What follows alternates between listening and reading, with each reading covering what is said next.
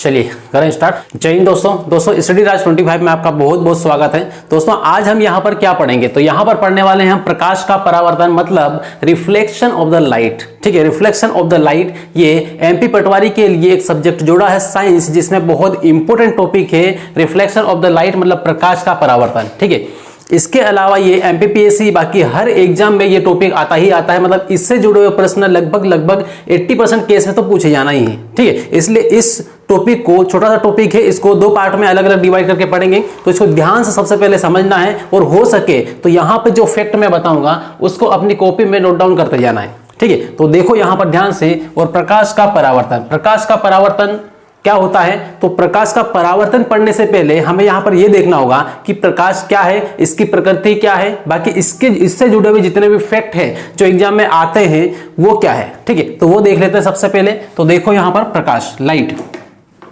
तो लाइट को देख लेते हैं, प्रकाश को। तो यहां पर लिखते हैं प्रकाश। ठीक है, प्रकाश, प्रकाश। अब इससे जुड़े हुए जितने भी फैक्ट हैं उसको यहां पर देखेंगे। ठीक है, तो देखो सबसे पहले आप ये देखें कि जो प्रकाश है या फिर लाइट है, लाइट इसको बोलेंगे LIGHT, लाइट। ठीक है, अब लाइट तो ये है क्या, ठीक है, व्हाट इज लाइट या फिर प्रकाश क्या है, तो इसको सिंपली हम बोल देंगे, प्रकाश के बारे में काफी स्कूल में पढ़ा है। तो यहां पर ये क्या है, एक टाइप की क्या है, एनर्जी। ठीक है, एक प्रकार की क्या है, एनर्जी है, मतलब ऊर्जा है। ठीक है, तो ऊर्जा का एक रूप है, अलग अलग टाइप की एनर्जी होती है, ऊर्जा होती है, आपने काफी पढ़ी है। जैसे यहां पर हम देख लेते हैं, ध्वनि ऊर्जा के बारे में पढ़ा है, ऊष्मीय ऊर्जा के बारे में पढ़ा है। ठीक है, रासायनिक ऊर्जा, इस तरीके से बहुत सारी टाइप की ऊर्जा होती है जिसके बारे में हमने पढ़ा है। तो इसी टाइप से यहां पर भी ये क्या है, ये ऊर्जा ही है। ठीक है, तो ऊर्जा, इसको यहां पे नाम दे लेंगे ऊर्जा। यह क्या है, तो ऊर्जा है। ठीक है, ऊर्जा अनेक रूपों में होती है, अलग अलग रूपों में होती है, राइट, जो आपको पता है। तो अभी मैंने बताया, बस अब इसके बाद में फिर यहां पर यह देखना है कि ये जो एनर्जी है, ये ऐसी एनर्जी है जिसके माध्यम से हम किसी भी वस्तु को देख सकते हैं। ठीक है, मान लो आपके सामने कोई वस्तु रखी हुई, वो वस्तु को आप देख रहे हैं, इसका मतलब ये है कि ये इस एनर्जी की वजह से, मतलब जो प्रकाश है, इस प्रकाश की एनर्जी की वजह से आप देख पा रहे हैं। ठीक है, प्रकाश की वजह से आप देख पा रहे हैं। क्यों, जिस वस्तु को आप देख रहे हैं ना, उस वस्तु के ऊपर प्रकाश है, मतलब प्रकाश की किरणें वहां पर जा रही है, और प्रकाश की किरणें उस वस्तु के ऊपर गई। मतलब यहां पर ये सपोज ये ले लिया, ये एक वस्तु रखी हुई, ठीक है, ये वस्तु रखी हुई है। अब ये जो वस्तु है इसको आप देख पा रहे हैं, इसका मतलब ये है कि यहां पर इसके ऊपर कहीं न कहीं से मान लो यहां पे प्रकाश गिरता है, प्रकाश आता है। ठीक है, या तो लाइट का, या फिर अपना नॉर्मल जो घर में लाइट जलती है इसका, या फिर कोई सूर्य की किरणें यहां पर आती है, और सूर्य की किरणें जब यहां पर आती है, ये वाली, यहां पे आप यहां पे खड़े हैं, तो यहां से आपकी जो आंखें हैं यहां तक वापस घूमकर जो ऑब्जेक्ट है, वस्तु है, वहां से टकराकर किरणें वापस आपकी आंखों तक आती है, आपकी रेटिना तक पहुंचती है। उसके बाद में रेटिना के पीछे इसका डायग्राम बनता है, किसका, वस्तु का, जिसको आप देख रहे हैं। ठीक है, इसका मतलब ये है कि प्रकाश का है क्या है, एक माध्यम है जिसके माध्यम से, जिसके द्वारा आप किसी वस्तु को देख सकते हैं। यदि प्रकाश नहीं होता तो फिर आप किसी भी वस्तु को नहीं देख सकते थे। ठीक है, तो इस तरीके से यहाँ पे प्रकाश एक एनर्जी है और एक क्या है, माध्यम है, ये भी हम कह सकते हैं। ठीक है, क्या है, माध्यम, माध्यम, राइट। तो इस तरीके से ये है। अब इसके बाद फिर यहां पर देखें अगला, और अगली स्टेप इसकी क्या है। ठीक है, क्या प्रकृति है इसकी, मतलब ये किस तरीके से गमन करता है। ठीक है, तो इस तरीके से यहां पर इसको देख लें, यहां पर इसको हटा लें, और यहां पे इसकी स्पीड क्या होगी, या फिर संचरण कैसे होगा, तो संचरित, इसका संचालन, या फिर इसकी स्पीड बोलो, या फिर इसकी चाल बोलो, ये है। तो इसकी स्पीड क्या होगी, तो इसकी स्पीड, ये गमन किस तरीके से करता है। मान लो सूर्य है, तो सूर्य से किरणें पृथ्वी तक कैसे आती है, दो तरीके से आती है। सबसे पहला है तरंग के रूप में, और दूसरा कण के रूप में। ठीक है, तो देखो यहां पे पहले यहां पर देख लेंगे तरंग के रूप में, तरंग, ठीक है, तरंग के रूप में, और दूसरा कण के रूप में, राइट, कण के रूप में। तो इस तरीके से यहां पर तरंग और कण के रूप में आती है। अब तरंग के रूप में जो किरणें सूर्य से आती है, उन तरंगों को या फिर उन किरणों को विद्युत चुंबकीय तरंगे कहते हैं। क्या बोलते हैं, विद्युत चुंबकीय तरंगे। क्यों, जो किरणें तरंगों के माध्यम से आती है उसको विद्युत चुंबकीय तरंग कहते हैं। तो यहां पे इसको लिख लें, थोड़ा सा इसको याद रखना है, विद्युत चुंबकीय तरंग।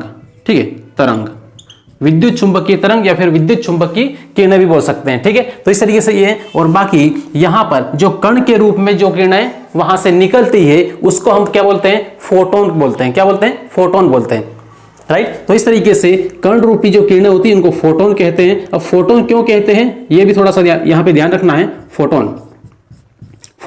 फोटोन कहने का कारण ये है कि जो सन होता है, ये सूर्य होता है, इस सूर्य के ऊपर का जो परत होती है जो आपको लाल लाल दिखाई देती है उसको हम बोलते हैं क्या, फोटोस्फेयर, ठीक है। तो फोटोस्फेयर से जो कण निकलते हैं तरंगों के रूप में, ऊष्मा निकलती है, वो कण के रूप में जब बिखरती है, हर जगह फैलती है, तो उस फोटोस्फेयर से निकलने की वजह से ही उसको क्या बोलते हैं, फोटोन बोलते हैं। वो पैकेट, छोटे छोटे पैकेट के रूप में गमन करती है, ठीक। तो इस तरीके से यहाँ पे जो फोटोस्फेयर है, इसके ऊपर का जो भाग है लाल वाला फोटोस्फेयर, इसको क्या बोलते हैं, फोटोस्फेयर, ठीक है। मैं यहाँ पर लिख दे रहा हूं फोटोस्फेयर, ठीक है, फोटोस्फेयर। और फोटोस्फेयर से निकलने वाली जो किरणें होती है उसको क्या बोलते हैं, फोटोन बोलते हैं। क्या बोलते हैं, फोटोन। इसको पैकेट भी बोलते हैं, पैकेट के रूप में गमन करती है, ठीक है। तो इस तरीके से यहाँ छोटे छोटे पैकेट के रूप में गमन करती है, इसलिए इसको फोटोन कहते हैं। अब इसके बाद में फिर आगे बढ़े और यहाँ पे इनको टोटली एक साथ में मिला के यदि हम बोलें कि जो प्रकाश होता है उसकी प्रकृति कैसी होती है, तो इसकी द्वैत प्रकृति होती है या फिर दोहरी प्रकृति होती है, द्वैत, ठीक है, द्वैत प्रकृति।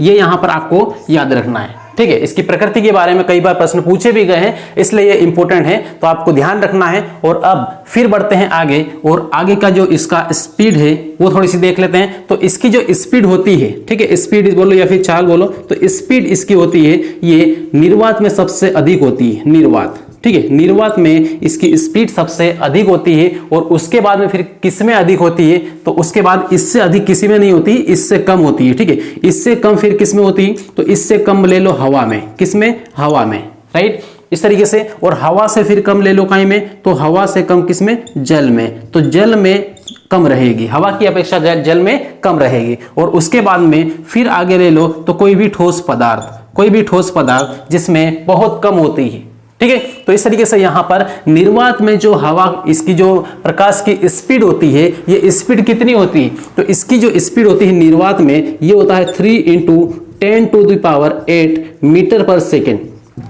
ठीक है, 3 × 10⁸ मीटर पर सेकेंड। तो इस तरीके से यहाँ पे 3 × 10⁸ मीटर पर सेकेंड, मतलब यहाँ पे 1 सेकेंड की बात करो तो 1 सेकेंड में कितना दूरी तय करती है प्रकाश। तो यहाँ पर प्रकाश की किरणें 1 सेकेंड में 3 × 10⁸ मीटर की दूरी तय करती है, ठीक है। इसका मतलब ये है कि इसको यदि काउंट करें, हम गिने, तो लगभग 30 करोड़, कितना आएगा, 30 करोड़ मीटर पर सेकेंड, ठीक है। मतलब 1 सेकेंड में 30 करोड़ मीटर की दूरी तय करती है, कौन, प्रकाश, ठीक है। तो इस तरीके से यहाँ पे इसको ध्यान रखना है। अब ये डाटा भी आपको याद रखना है, और हो सकता है आपको ये ना देकर ये भी पूछ ले, यदि ये आपको याद है तो ये भी याद लगभग आपको होना जरूरी है, ठीक है। तो इस तरीके से ये हुआ। अब हम थोड़ा सा कंपेरिजन करके बात कर लेते हैं, ठीक है। अब यहां पर इसकी स्पीड इतनी है, तो सूर्य से लेके पृथ्वी तक कोई भी प्रकाश की किरण आएगी तो उसको वहां से यहां तक आने में टोटल कितना वक्त लगेगा, कितना टाइम लगेगा, ये क्वेश्चन काफी बनता है, पहले कई एग्जामों में पूछा भी गया है। अब इससे जुड़े हुए इसके आसपास के फैक्ट पूछेंगे, इसको ध्यान रखना है, ठीक है। स्पीड नहीं, मान लो से हो सकता है टाइम ना पूछे, लेकिन इससे जुड़े हुए इसके सराउंडिंग के जो फैक्ट वगैरह है वो पूछेंगे, राइट। तो वो कौन कौन से है, थोड़ा सा उसको देख लें। तो अब यहां पर ये सपोज देख लेते हैं इधर, तो यहां पर क्या है, ये स्पीड या फिर ये सूर्य है, यहां पे लिख दे रहा हूं, ठीक है। यहां पर एक सन है, ये सूर्य है, ये वाला सूर्य है, ठीक है, ये इस तरीके से। और अब यहां पे इसके चारों ओर पृथ्वी घूमती है, ठीक है। तो यहां पर ले लेते हैं इस तरीके से, ये पृथ्वी, राइट, पृथ्वी। अब यहां पे क्या होता है, आपको सभी को यह पता है कि सूर्य और पृथ्वी के बीच की दूरी कितनी होती है, तो लगभग 15 करोड़ किलोमीटर, ठीक है। लगभग कितना है, 15 करोड़ किलोमीटर ये है, लेकिन वो मैक्सिमम है, ठीक है। कितना है, मैक्सिमम। तो मैक्सिमम जो सही तरीके से यदि हम बोले तो 15 करोड़ 20 लाख किलोमीटर, ठीक है। तो इस तरीके से तो पृथ्वी इसके चारों ओर घूमती है, तो 2 कंडीशन होती है यहाँ पर। एक तो ये सूर्य के पास में रहेगी पृथ्वी, ठीक है। एक कंडीशन ऐसी रहेगी कि सूर्य के पास में ये पृथ्वी रहेगी, पृथ्वी। और एक कंडीशन ऐसी आएगी जो थोड़ा सा दूर रहेगी, ठीक है, दूर रहेगी। ये कौन है, अर्थ है, मतलब पृथ्वी ही, राइट। तो अब यहां से सूर्य की जो किरणें हैं यहां से यहां तक पहुंचने में कितना वक्त लेती है और ये कितनी दूरी है, तो ये है 15 करोड़ 20 लाख 15 करोड़ 20 लाख किलोमीटर, ठीक है। 15 करोड़ 20 लाख किलोमीटर पृथ्वी की सूर्य से अधिकतम दूरी है। क्या बोलेंगे इसको? पृथ्वी से सूर्य की अधिकतम दूरी कितनी है? तो 15 करोड़ 20 लाख है। और यहां से सूर्य से अब इतनी दूरी तय करने में प्रकाश कितना टाइम लेता है? तो यहां पे लेता है 8 मिनट और 19 सेकेंड, 8 मिनट 19 सेकेंड इतना टाइम लेता है, राइट। तो इस तरीके से ये है। और इसी टाइप से यहां पर ये देख लें तो इधर पृथ्वी की और सूर्य की जो दूरी है, जो कम से कम दूरी है वो कितनी है? तो वो 14 करोड़, कितने? 14 करोड़ 70 लाख, ठीक है। 14 करोड़ 70 लाख इतना है, इतना किलोमीटर है, राइट। तो ये है, तो इनकी दूरियां भी थोड़ा सा याद रखना है। तो अब यहां पे कम टाइम लगेगा, ठीक है। तो इस तरीके से ये है। और उसके बाद एक दो कंडीशन है और है इससे जुड़ी हुई, वो ये है कि जब सूर्य सबसे अधिक दूरी पर, पृथ्वी सूर्य से सबसे अधिक दूरी पर होती है, तब उस कंडीशन को हम क्या कहते हैं? और जब पृथ्वी सूर्य के एकदम नजदीक होती है तो उस कंडीशन को क्या कहते हैं? इसको थोड़ा सा याद रख लें।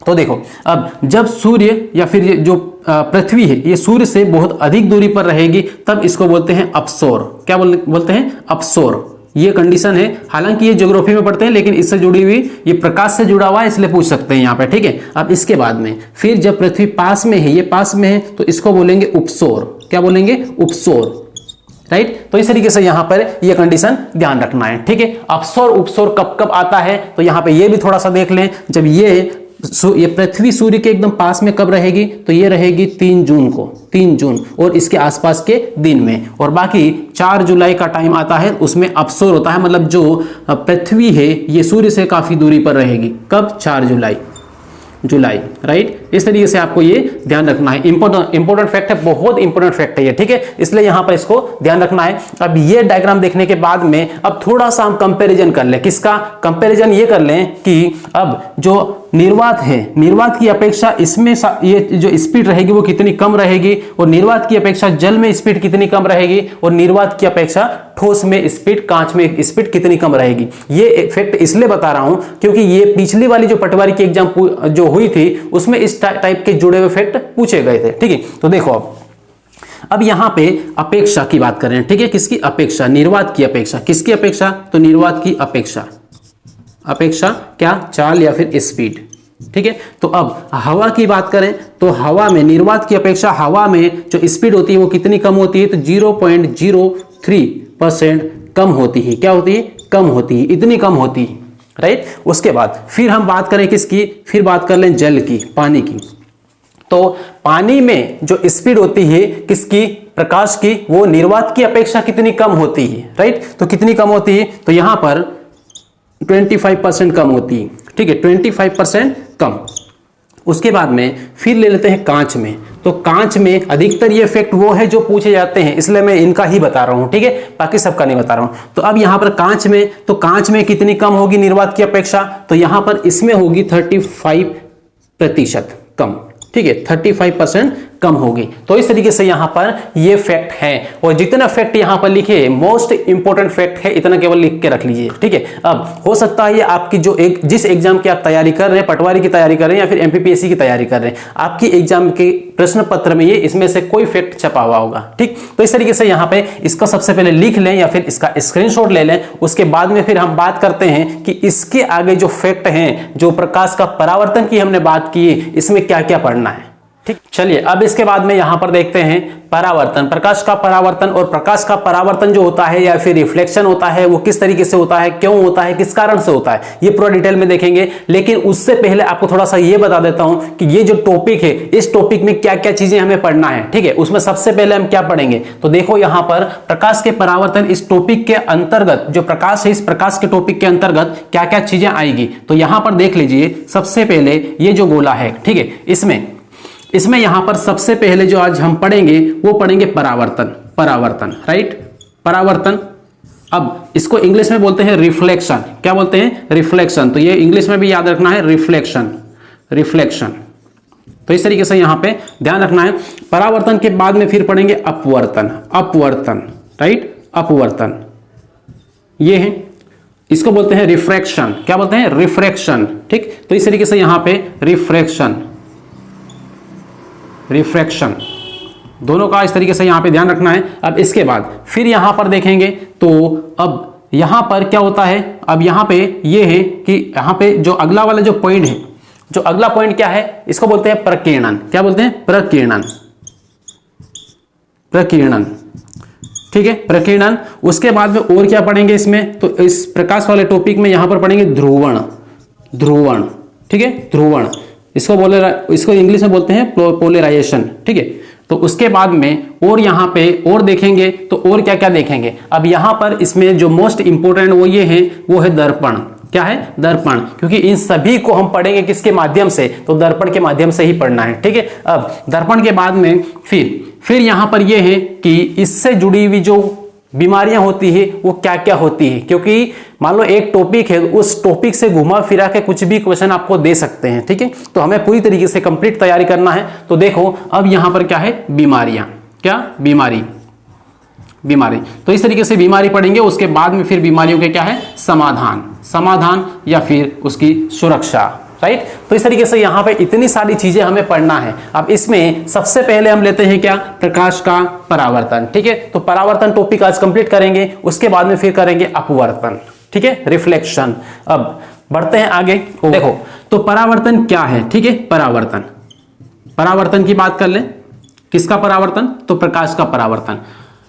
परावर्तन एक ऐसी घटना है जिसकी वजह से हम किसी वस्तु को देख पाते हैं, ठीक है।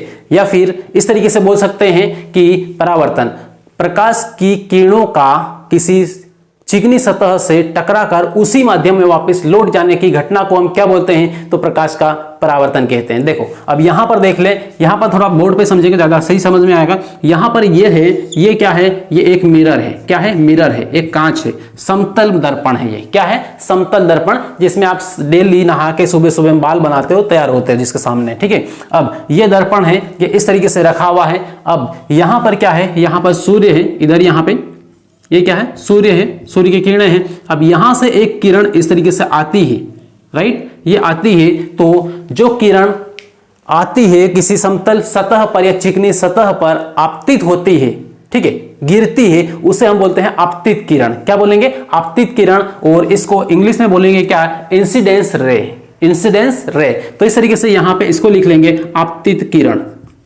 आपतित किरण, राइट, किरण। अब इसके बाद में फिर इसको इंग्लिश में क्या बोलेंगे, इंसिडेंट रे, इसलिए यहां पे इसके लिए आई का इस्तेमाल कर लेंगे। और उसके बाद में फिर यहां पे यहां से जो टकरा करके कहां पर जाएगी, अब तिरछी आई है, जितने एंगल से आई है उतने एंगल से उधर की साइड निकल जाएगी ये, ठीक है। तो टकराएगी और टकराने के बाद वापस निकल जाएगी उसी माध्यम में, ठीक है। ऊपर से आई है तो ऊपर ही निकल जाएगी, बस ये है कि डायरेक्शन थोड़ी सी अलग होगी। तो इस तरीके से यहाँ पे यहां से टकराने के बाद में वापस इस तरीके से मुड़ जाएगी, ये चली जाएगी, ठीक। तो इस तरीके से दर्पण से टकराने के बाद में वापस उसी माध्यम में जाने वाली जो किरण होती है उसको हम बोलते हैं परावर्तित किरण। क्या बोलते हैं? परावर्तित किरण, ठीक। तो इस तरीके से यहाँ पे ये परावर्तित किरण लिख लेंगे, परावर्तित वर्तित किरण, ठीक है, परावर्तित किरण, राइट। तो इस तरीके से इसको ये याद रखना है। अब इसके बाद में अब ये किसी न किसी एंगल पर इंसिडेंट होती है, मतलब आपतित होती है, और किसी न किसी एंगल से वापस लौटती है, ठीक है। अब वो एंगल को किस तरीके से नापेंगे, किसके माध्यम से नापेंगे या किसके द्वारा नापेंगे, तो ये थोड़ा सा देख लें। तो यहां पर ये किरण आई तो इसका एंगल को, कोण को नापने के लिए यहां से एक लाइन खींच लेते हैं और इस लाइन को हम बोलते हैं नॉर्मल या फिर अभिलंब। क्या बोलेंगे इसको? अभिलंब, अभिलंब, राइट, अभिलंब बोलेंगे। तो अभिलंब बोलते हैं या फिर इंग्लिश में बोलते हैं इसको नॉर्मल, नॉर्मल।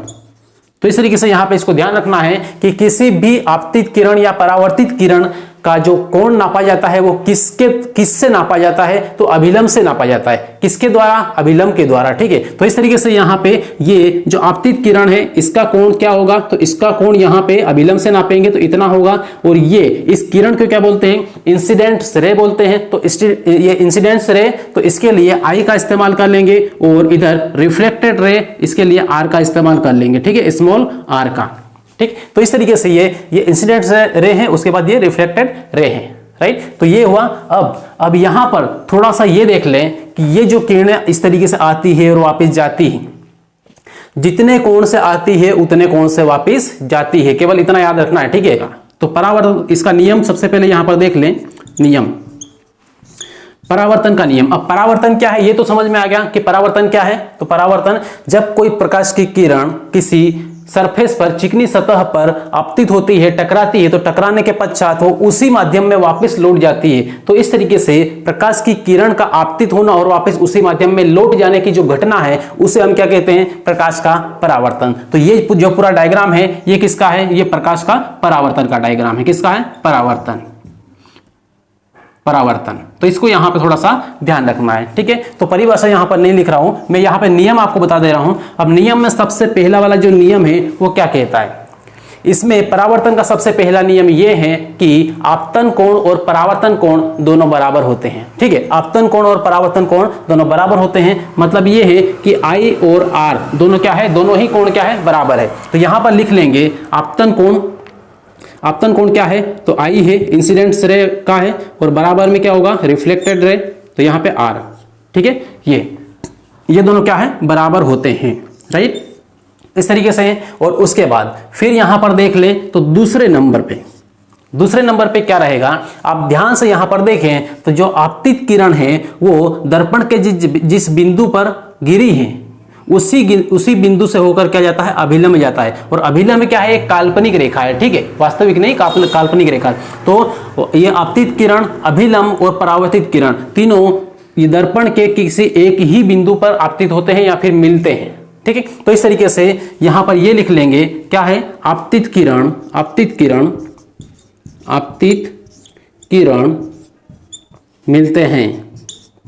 मिलते या फिर होते हैं, ठीक है। तो इस तरीके से यहां पे इसको ध्यान रखना है। तो ये परावर्तन के दो नियम हैं। सबसे पहला ये है कि आपतन कोण और परावर्तन कोण दोनों बराबर होते हैं। ये क्या है, आपतन कोण है, क्योंकि आपतित किरण और अभिलंब के बीच का क्या है, आपतन कोण है। तो इस तरीके से ये आपतन कोण और यहां पे ये क्या है, तो ये परावर्तन कोण, राइट। तो इस तरीके से यहां पे ये हुआ। अब इसके बाद में फिर हम आगे बढ़े तो आपने कई बार देखा होगा इसका एकदम ये एग्जांपल आपने सही तरीके से प्रैक्टिकली भी देखा, आपने खुद ने करा भी होगा, ठीक है। कैसे, जब बच्चे छोटे रहते हैं तो उसमें क्या होता है, उनके हाथ में कांच रहता है, मिरर रहता है, तो सूर्य की रोशनी को वो मोड़ते हैं और किसी छांव में ले जाते हैं या कोई व्यक्ति बैठा है तो उस व्यक्ति के ऊपर गिराते हैं उसकी रोशनी, ठीक है। तो इस तरीके से सूर्य से किरण आती है और उसको उस कांच के द्वारा उसको दूसरी जगह ट्रांसफर कर दिया जाता है, किसी व्यक्ति के ऊपर किसी छांव में ट्रांसफर कर दिया जाता है। तो इस तरीके से जो होता है, ये प्रकाश की किरण मुड़ती है, इसको हम क्या बोलते हैं, ये प्रकाश का अपवर्तन बोलते हैं, ठीक। तो इस तरीके से यहां पे ये हुआ। अब इसके बाद फिर हम आगे बढ़ते हैं और इसका जो अलग फैक्ट है या फिर इससे जुड़े हुए जो दूसरे जो फैक्ट हैं उसको लेते हैं, ठीक है। तो इसको हटा लें सबसे पहले। चलिए अब यहां पे देखें और अब ये देख लें कि कोई समतल दर्पण है, एक समतल दर्पण लिया। समतल दर्पण कौन सा है, जो हम डेली इस्तेमाल करते हैं घर में, वो वाला है। तो इस तरीके से यहां पर एक समतल दर्पण लिया, ये वाला, ठीक है। तो ये समतल दर्पण है। अब इसके बाद में ये दर्पण में क्या है कि इधर की साइड पॉलिश की हुई है, ठीक है, इस तरीके से पॉलिश की हुई है। और यहाँ पर जो पीछे की साइड जो परत होती है, ये परत किसकी होती है, या तो चांदी की होती है या फिर पारे की होती है, ठीक है। तो इस तरीके से यहाँ पे जो पीछे की साइड जो परत की होती है, ये या तो चांदी या फिर किसकी होती है, या पारे की होती है, ठीक। तो इस तरीके से या चांदी या पारे की यहाँ पे ध्यान रखना है। अब ये यहाँ पर ये चांदी और पारे की इसलिए लगाते हैं ताकि ये क्या है, ये बहुत अच्छी तरीके से किसी भी किरण को वापस मोड़ देते हैं, ठीक है, वापस रिटर्न कर देते हैं। तो इसलिए यहां पर ये इनका इस्तेमाल करते हैं। अब यहां पर कई बार ये भी होता है कि यहां पे जो किरण है, यहां पे जो ये दर्पण है, इस दर्पण का इस्तेमाल किस तरीके से करते हैं, थोड़ा सा ये देख ले। अब यहां पर सबसे पहले क्या देखें, प्रतिबिंब की स्थिति, ठीक है। समतल दर्पण है, समतल दर्पण में एक तल, जो इधर वाला जो तल है वो कैसा है, वो परावर्तक तल है। इधर वाला सामने वाला जो तल है जिसमें हम अपना फोटो देखते हैं वो क्या है, परावर्तक तल है, परावर्तक तल, ठीक है, इसको परावर्तक तल बोलेंगे। और बाकी उधर वाला पूरा क्या है, पेंट किया हुआ रहता है। अब इसके बाद अब यहां पे यदि हम प्रतिबिंब की स्थिति के बारे में बात करें तो इधर सामने की साइड यदि कोई व्यक्ति खड़ा है और अपना जो फोटो है वो देख रहा है, खुद को कांच में देख रहा है, ठीक है, इस तरीके से। अब ये देख रहा है तो इसका जो फोटो होगा वो जितने कांच से जितनी दूरी पर खड़ा है उतनी ही दूरी पर पीछे की साइड बनेगा, काल्पनिक फोटो बनेगा, ठीक है। तो इस तरीके से यहाँ पे इधर देख लें तो यहाँ पर ये है और ये व्यक्ति इधर से, यहाँ से सपोज ये मान लेते हैं कि यहाँ से इसकी कांच की दूरी कितनी है, 1 मीटर की है, कितनी, 1 मीटर की है। तो इसका जो प्रतिबिंब बनेगा, ठीक है, इसका जो प्रतिबिंब बनेगा वो कितनी दूरी पर बनेगा, 1 मीटर की दूरी पर ही बनेगा, लेकिन पीछे की साइड बनेगा। ये 1 मीटर की दूरी पर कितना, पीछे की साइड बनेगा। ठीक है, तो इसको यहां पर थोड़ा सा देखना है, ध्यान रखना है। अब इसके बाद फिर अब एक तो कंडीशन ये हुई, एक कंडीशन क्या हुई कि उसका जो प्रतिबिंब बनेगा वो उतनी ही दूरी पर बनेगा जितनी दूरी पर वो वस्तु खड़ी है या फिर रखी है। ठीक है, तो पहला ये लिख लें, प्रतिबिंब की दूरी,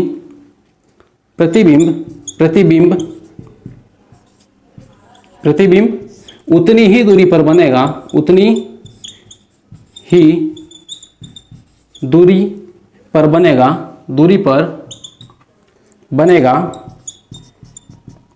जितनी दूरी पर वस्तु है, जितनी दूरी पर वस्तु रखी है, वस्तु रखी है। ठीक है, तो इस तरीके से यहाँ पे इसको थोड़ा सा ध्यान रखना है। और उसके बाद फिर यहाँ पर देखें आगे, तो और इसकी कंडीशन क्या होगी, तो ये उल्टा और पार्श्व उल्टा बनेगा। कैसा बनेगा, उल्टा बनेगा। मतलब आप कांच के सामने खड़े रहेंगे तो आप इधर की कांच की तरफ मुंह करके खड़े रहेंगे, लेकिन सामने जो कांच में आपका प्रतिबिंब दिखेगा वो आपकी तरफ खड़ा हुआ दिखेगा। ठीक है, उनका मुंह आपकी तरफ होगा। तो इस तरीके से यहाँ पे इसको बोलते हैं पार्श्व उल्टा बनता है। ठीक है, तो यहाँ पर प्रतिबिंब कैसा होगा, पार्श्व उल्टा, पार्श्व उल्टा। ठीक है, उल्टा। ये यहां पे दूसरी कंडीशन है। और उसके बाद में तीसरी कंडीशन इसकी क्या है, तो तीसरी कंडीशन यहां पर यह है कि जो भी प्रतिबिंब बनेगा, वस्तु जितनी ऊंची होगी उतना ऊंचा प्रतिबिंब बनेगा। ठीक है, मतलब जितनी हाइट वस्तु की होगी उस वस्तु के बराबर की हाइट का प्रतिबिंब उसका ये छायाप्रति बनेगा। ठीक, तो इस तरीके से यहां पे वस्तु के बराबर कैसा होगा, वस्तु के बराबर बराबर। ठीक है, तो इस तरीके से यहां पर ये बन जाएगा। क्लियर है, तो इस तरीके से यहां पर ये है प्रकाश का परावर्तन। वो बात आपको और बता दे रहा हूं कि इसमें 2-3 फैक्ट और है जिसको आपको ध्यान रखना पड़ेगा। ठीक है, और वो क्या है, वो ये है कि किसी कांच के सामने आप खड़े हैं तो आप एक कदम आगे बढ़ाओगे तो कांच में जो आपका फोटो दिख रहा है या फिर आपको खुद को आप देख रहे हो, तो उस जो छाया है या फिर वो प्रतिबिंब है वो 2 कदम आगे बढ़ेगा।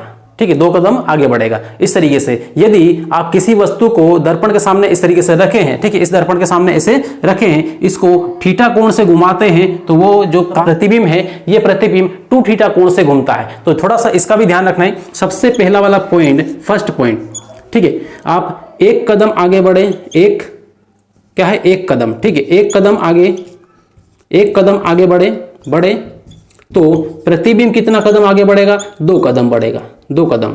ठीक है, मतलब सीधे सीधे ये है कि आप 1 मीटर आगे बढ़ोगे तो प्रतिबिंब 2 मीटर आगे बढ़ेगा।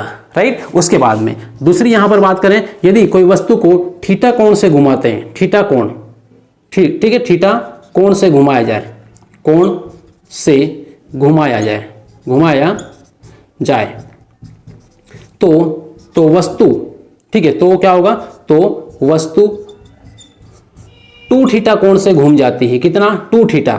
ठीक है, डबल एंगल से घूम जाती है। मान लो इस वस्तु को दर्पण के सामने 10 डिग्री के कोण से घुमा दिया है तो अंदर जो आपका प्रतिबिंब बन रहा है ये 20 डिग्री के एंगल से घूम जाएगा। इधर 10 से घुमाया, उधर 20 डिग्री आपको घुमाव मिलेगा। ठीक है, इस तरीके से ये है, तो इसको थोड़ा सा ध्यान रखना है। ठीक है, तो ये जो पॉइंट है ये इंपॉर्टेंट पॉइंट है। अब इसके बाद में, अब इसकी यदि बात करें, ये पूरा कंप्लीट हुआ यहां तक, और बाकी इसके बाद में हम देखेंगे अगला परावर्तन। लेकिन उससे पहले आप इस चैनल को सबसे पहले क्या करें, सब्सक्राइब कर लें, बेल आइकन जरूर दबा लें। अधिकतर स्टूडेंट वीडियो को देखते हैं, चैनल पे आते हैं लेकिन सब्सक्राइब नहीं करते हैं। ठीक है, तो सब्सक्राइब जरूर कर लें, इसमें आपको कुछ भी मेहनत नहीं लगेगी, थोड़ा सा बस रेड कलर का बटन दबाना है और बेल आइकन दबा लेना है। ठीक है, तो मिलते हैं फिर अगली क्लास में, तब तक के लिए बेस्ट ऑफ लक।